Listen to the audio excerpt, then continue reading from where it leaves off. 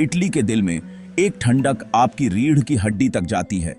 यह कैटाकॉम्ब की ठंडी हवा नहीं है, यह बसानो फूलदान की कहानी है। चांदी का यह फूलदान फूलों से बारीकी से तराशा गया 15वीं शताब्दी का है, लेकिन इसकी सुंदरता एक काला रहस्य छुपाती है, एक भयानक श्राप। किंवदंती है कि जो इसे अपने पास रखता है उसकी मौत दर्दनाक होती है। यह फूलदान उस अंधेरे का प्रमाण है जो सुंदरता के नीचे छिपा हो सकता है। यह उस समय की फुसफुसाहट करता है जब अंधविश्वास देश पर राज करता था। एक समय जब एक साधारण वस्तु में जीवन और मृत्यु की शक्ति हो सकती थी। किंवदंती है कि बसानो गांव में एक जवान दुल्हन थी।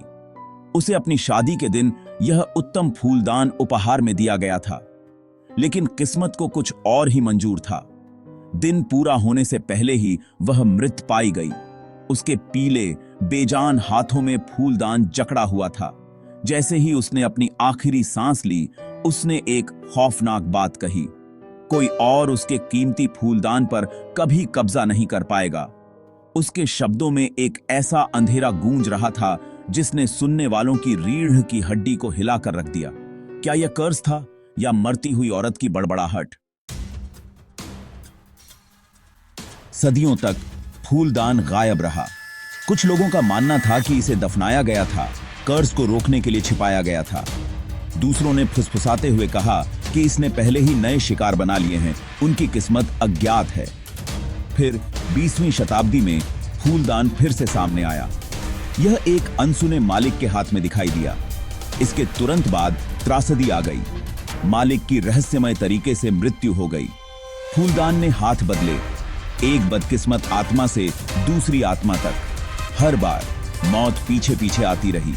दुर्घटनाएं, बीमारियां, हत्याएं, परिस्थितियां अलग अलग थीं, लेकिन परिणाम एक ही रहा। ऐसा लग रहा था कि बसानो फूलदान का कर्ज सच था।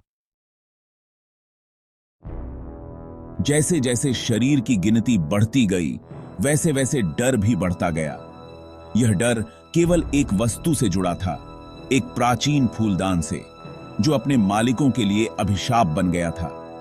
मालिकों ने शाप की सजिशाई ई सनी शाप से मुक्त होने के लिए बेताब होकर फूलदान को त्यागने की कोशिश की। वे इसे अपने घर से दूर करना चाहते थे, लेकिन यह इतना आसान नहीं था। उन्होंने इसे फेंक दिया, बेच दिया और यहां तक कि इसे दे भी दिया।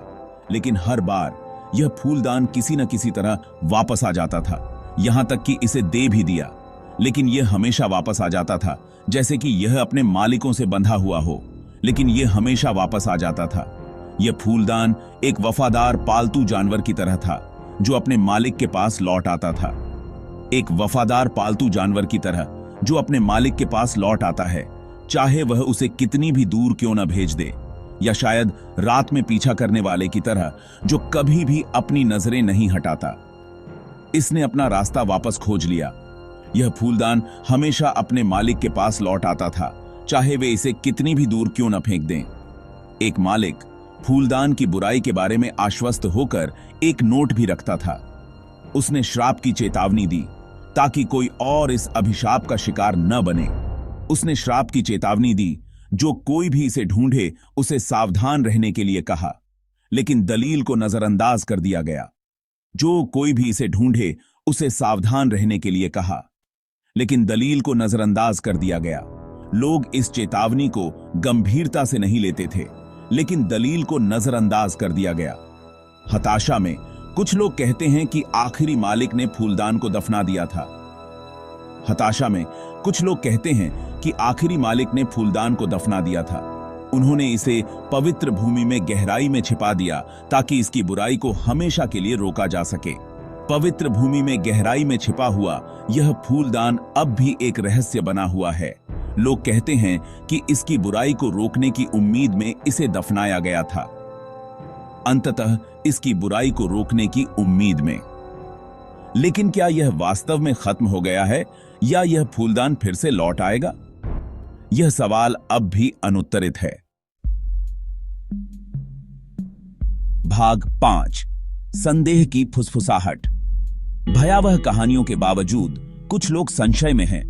वे मानते हैं कि ये कहानियां केवल डर फैलाने के लिए बनाई गई हैं। उनका तर्क है कि अभिशाप एक शहरी किंवदंती से ज्यादा कुछ नहीं है, एक ऐसी कहानी जो पीढ़ियों से चली आ रही है, दुर्भाग्यपूर्ण संयोगों की एक श्रृंखला, समय के साथ अतिरंजित। ये घटनाएं केवल संयोग हो सकती हैं, लेकिन लोग उन्हें अभिशाप से जोड़ते हैं। आखिरकार मूल्यवान वस्तुओं से घिरी मौतें सनसनीखेज कहानियां बनाती हैं जो लोगों की कल्पना को भड़काती हैं। ऐसी कहानियां जो अंधेरे में आग की तरह फैलती हैं। लोग इन्हें सुनते हैं और अपने डर को और बढ़ा लेते हैं। क्या डर खुद एक कारण हो सकता है? क्या यह संभव है कि डर ही इन घटनाओं को जन्म देता है? फूलदान रखने वाले उसके इतिहास को जानकर सुझाव के प्रति संवेदनशील हो जाते हैं। वे हर समय सतर्क रहते हैं, जिससे उनकी चिंता बढ़ जाती है। उनकी चिंता वास्तविक दुनिया के परिणामों में प्रकट होती है। वे हर छोटी बात पर घबराने लगते हैं, जिससे उनकी मानसिक स्थिति और खराब हो जाती है। वे लापरवाह हो जाते हैं, दुर्घटनाओं को आमंत्रित करते हैं। उनकी घबराहट और डर उन्हें असावधान बना देता है, या श्राप में उनके विश्वास ने उनकी इच्छा शक्ति को कमजोर कर दिया, जिससे वे मानसिक और शारीरिक रूप से थकान महसूस करने लगते हैं, जिससे वे बीमारी की चपेट में आ गए। उनका डर और विश्वास उन्हें बीमार कर देता है और वे खुद को अभिशाप का शिकार मानने लगते हैं। भाग 6। पॉप संस्कृति में गूंज। सच्चाई जो भी हो, बसानो फूलदान की कथा ने फिक्शनों को मोह लिया है। इसने अनगिनत पुस्तकों, फिल्मों और टीवी शो को प्रेरित किया है। प्रत्येक कहानी पौराणिक टेलों को जोड़ती है और बहस को बढ़ावा देती है। अभिशाप या संयोग। बसानो फूलदान अन्य कुख्यात वस्तुओं जैसे डायबुक बॉक्स और गुड़िया एनाबेल के साथ खड़ा है। ये वस्तुएं अंधेरे और फुसफुसाती कहानियों में डूबी हुई सतर्क रहने की याद दिलाती हैं। वे हमें याद दिलाते हैं कि कुछ चीजों को अछूता छोड़ देना ही बेहतर होता है। भाग 7। डर की विरासत। यह कहानी हमें उन गहरे आदिम भयों की याद दिलाती है जो हमारे भीतर गहराई से बसे हुए हैं। बसानो फूलदान की कहानी हमारे आदिम भयों को छूती है। यह फूलदान सिर्फ एक वस्तु नहीं है, बल्कि यह हमारे मन के अंधेरे कोनों का प्रतीक है। अज्ञात का डर, हमारे नियंत्रण से परे ताकतों का और उन रहस्यमयी शक्तियों का जो हमें हमेशा भयभीत करती हैं। लालच और इच्छा के परिणामों का। यह हमें याद दिलाता है कि हमारी इच्छाएं और लालच हमें किस हद तक ले जा सकते हैं। फूलदान उस अंधेरे का प्रतीक बन जाता है जो प्रतीत होता है कि सहज वस्तुओं में निवास कर सकता है। यह हमें दिखाता है कि कैसे एक साधारण वस्तु भी भय का स्रोत बन सकती है। यह हमें याद दिलाता है कि सुंदरता धोखा दे सकती है। कभी कभी जो चीजें हमें सबसे आकर्षक लगती हैं, वे ही सबसे खतरनाक हो सकती हैं। किंवदंती हमें अपनी मृत्यु दर का सामना करने के लिए भी मजबूर करती है। यह हमें सोचने पर मजबूर करती है कि हम कितने नश्वर हैं। यह हमें याद दिलाता है कि मृत्यु कभी भी किसी भी रूप में आ सकती है। यह हमें सिखाती है कि जीवन कितना अनिश्चित है और कभी कभी यह सबसे अप्रत्याशित पैकेज में आ सकता है।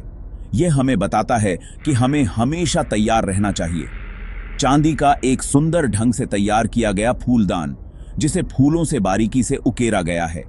यह फूलदान हमें याद दिलाता है कि सुंदरता और भय एक ही सिक्के के दो पहलू हो सकते हैं।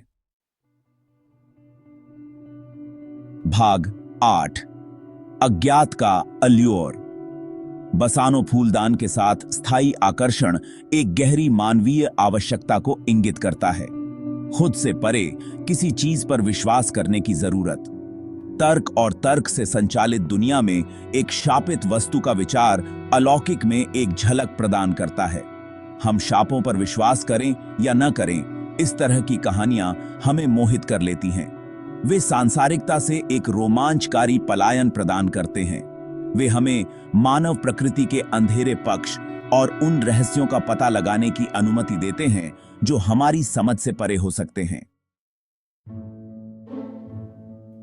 भाग 9। निष्कर्ष। सच या कल्पना? बसानो फूलदान एक पहेली बना हुआ है।